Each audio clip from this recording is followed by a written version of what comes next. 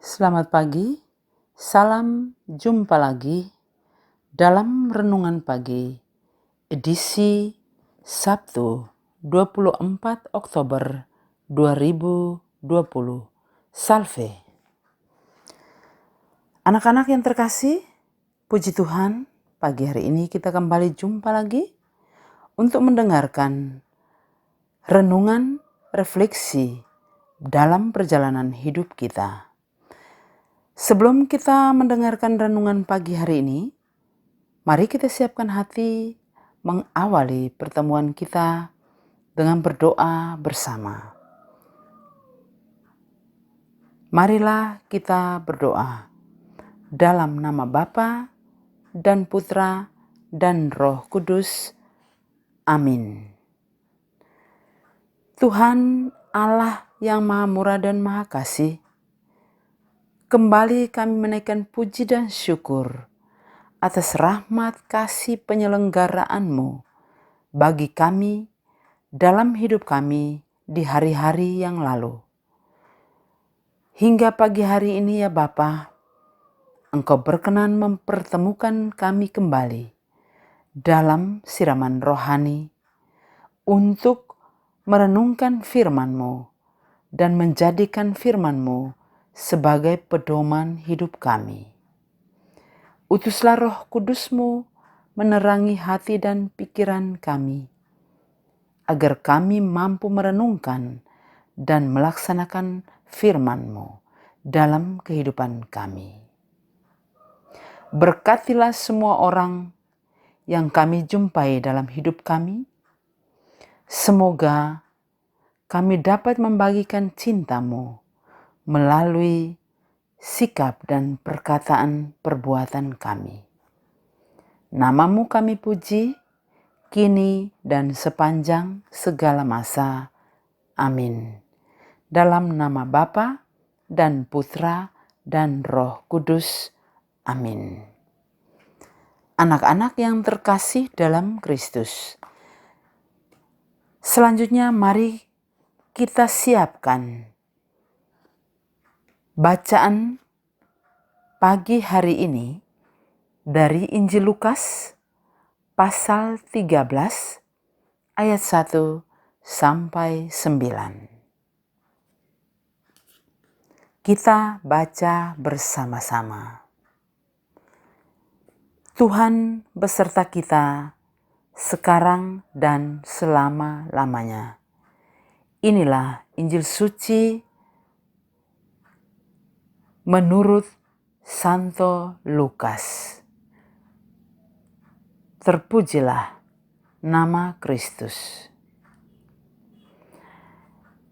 Pada waktu itu, beberapa orang datang kepada Yesus dan membawa kabar tentang orang-orang Galilea yang dibunuh Pilatus, sehingga darah mereka tercampur dengan darah kurban yang mereka persembahkan. Berkatalah Yesus kepada mereka, "Sangkamu orang-orang Galilea ini lebih besar dosanya daripada semua orang Galilea yang lain, karena mereka mengalami nasib itu? Tidak, kataku kepadamu. Tetapi jikalau kalian tidak bertobat, kalian semua pun akan binasa dengan cara demikian.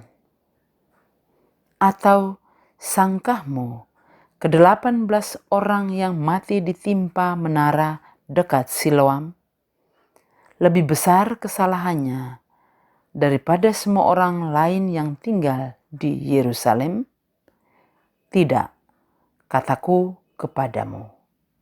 Tetapi jikalau kalian tidak bertobat, kalian semua pun akan binasa dengan cara demikian." Kemudian Yesus menceritakan perumpamaan ini. Ada seorang mempunyai sebatang pohon ara yang tumbuh di kebun anggurnya. Ia datang mencari buah pada pohon itu, tetapi tidak menemukannya. Maka berkatalah ia kepada pengurus kebun anggur itu, "Sudah 3 tahun ini aku datang mencari buah pada pohon ara itu, namun tidak pernah menemukannya. Sebab itu, tebanglah pohon ini.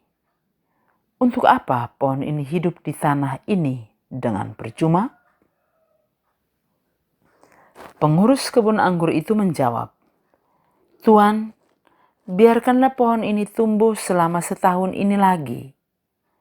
Aku akan mencangkul tanah sekelilingnya dan memberi pupuk kepadanya. Mungkin tahun depan akan berbuah. Jika tidak, tebanglah." Demikianlah sabda Tuhan. Terpujilah Kristus. Anak-anak yang terkasih, setelah kita mendengar firman Tuhan, mari kita merenungkan firman-Nya dengan mendengar beberapa refleksi yang akan saya sampaikan untuk kita renungkan bersama sepanjang hari ini. Anak-anak yang terkasih, dalam kehidupan kita, mendengar berita kecelakaan seseorang pemuda yang sering berkendaraan ugal-ugalan, tetangganya akan berkata, "Syukurin, kapok, sekarang tahu rasa dia." Ada perasaan puas dengan musibah itu karena rasa jengkelnya selama ini kepada pemuda tadi sudah terobati. Dengan ekspresi senang dan puas, ia akan menceritakan peristiwa itu kepada orang lain. Yesus menanggapi orang-orang yang membawa kabar tentang nasib tragis, nasib naas orang-orang Galilea yang darah mereka dicampurkan Pilatus dengan darah korban yang mereka persembahkan. Yesus sama sekali tidak menyinggung dosa-dosa orang-orang Galilea yang mengalami nasib buruk tersebut. Tetapi ia justru menekankan perlunya bertobat. Dosa akan membawa kebinasaan. Kebinasaan akan dialami oleh orang-orang yang tidak mau bertobat. Yesus mengajarkan agar pengikutnya sadar akan bahaya dosa itu sendiri. Ketika kita melihat hal-hal buruk terjadi pada diri para pendosa, bukan berarti itu menjadi kesempatan kita untuk menghujat dan mencela mereka. Yesus mengajarkan kita agar mengambil pelajaran hidup dari peristiwa-peristiwa yang kita alami. Yesus tidak mengajarkan kita untuk mencela, tetapi justru mengampuni para pendosa. Tuhan memanggil kita untuk menghasilkan buah-buah kebaikan. Yesus menantikan buah yang baik dari kita. Pohon ara yang tidak berbuah akan ditebang. Demikian juga hidup kita, jika tidak menghasilkan buah-buah pertobatan, akan layu, mati, dan ditebang. Selagi Tuhan masih memberikan kesempatan bagi kita manusia untuk hidup, maka kesempatan ini harus digunakan untuk menyuburkan hati. Hal itu bisa kita wujud nyatakan lewat upaya-upaya pertobatan, doa-doa, dan karya amal kasih bagi sesama. Nah, anak-anak, itulah pokok refleksi di pagi hari ini, agar kita dapat merenungkan bacaan Injil Lukas yang kita dengar tadi. 2 pertanyaan penuntun menjadi bahan renungan kita. Pertama, usaha apa saja yang saya lakukan untuk mencapai pertobatan? Kedua, buah-buah apa yang saya hasilkan dalam hidup saya? Nah, anak-anak, demikianlah renungan di pagi hari ini. Semoga memberikan siraman rohani yang segar dalam kehidupan beriman masing-masing kita. Mari kita tutup renungan di pagi hari ini dengan berdoa bersama.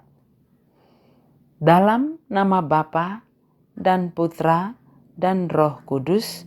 Amin.